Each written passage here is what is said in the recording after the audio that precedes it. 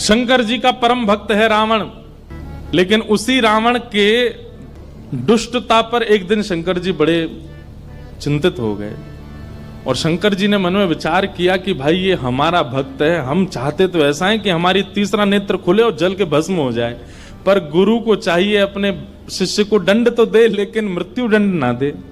लेकिन ये काम ऐसे कर रहा है और ये आगे भी ऐसे कार्य करेगा कि इसको मृत्यु दंड ही मिलना चाहिए और मेरे द्वारा ही मिलना चाहिए, क्योंकि मेरे इष्ट राम को ही परेशान करेगा। तो क्या करें? तो शंकर जी का संकल्प हुआ कि इसके वध में कारण मैं बनूं। तब शंकर जी के मन में आया कि हम 11वें रुद्र श्री हनुमान के रूप में जाएंगे और हम ही कारणभूत बनेंगे इसके वध का, और एक पंथ दो काज होंगे, रावण का वध भी हो जाएगा और मेरे इष्ट श्री राम जी की मैं भक्ति भी करूंगा, सेवा भी करूंगा, उनसे प्रेम भी करूंगा। अभी तो मैं शिव स्वरूप में हूं, मुझे ईश्वर तत्व माना जाता है और मैं ईश्वर तत्व हूं भी।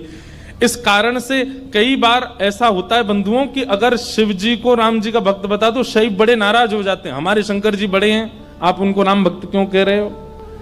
कई बार शंकर जी को कृष्ण भक्त बता दो तो शैव लोगों को बड़ी क्रोध आता है, बोले हमारे महादेव कोई कृष्ण के भक्त हैं।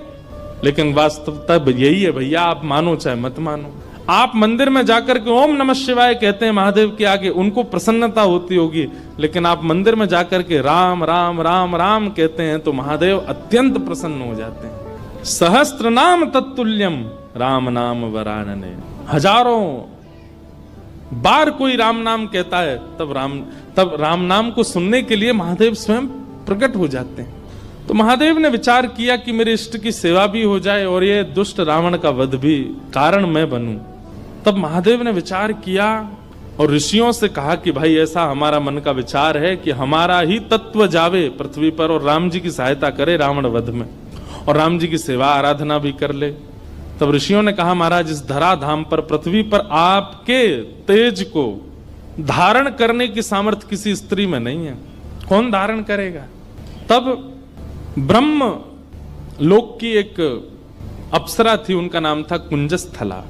उन्होंने एक ऋषि का उपहास किया और उस उपहास के कारण ऋषि ने उनको शाप दे दिया कि तुम बानरी हो जाओ। इतनी जोर से हंस रही हो संतों के ऊपर। एक बात बता दें आपको, जो संत ऋषि महंत भक्त वक्ता वैष्णवों के ऊपर या उनकी भक्ति के ऊपर हंसी करते हैं, उनको ही बानर बनना पड़ता है अगले जन्म में। इसलिए कभी किसी भक्त की हंसी मत करना। तो कुंजस्थला को शाप दे दिया, बोले जाओ तुम बानरी बन जाओ, लेकिन क्रोधापि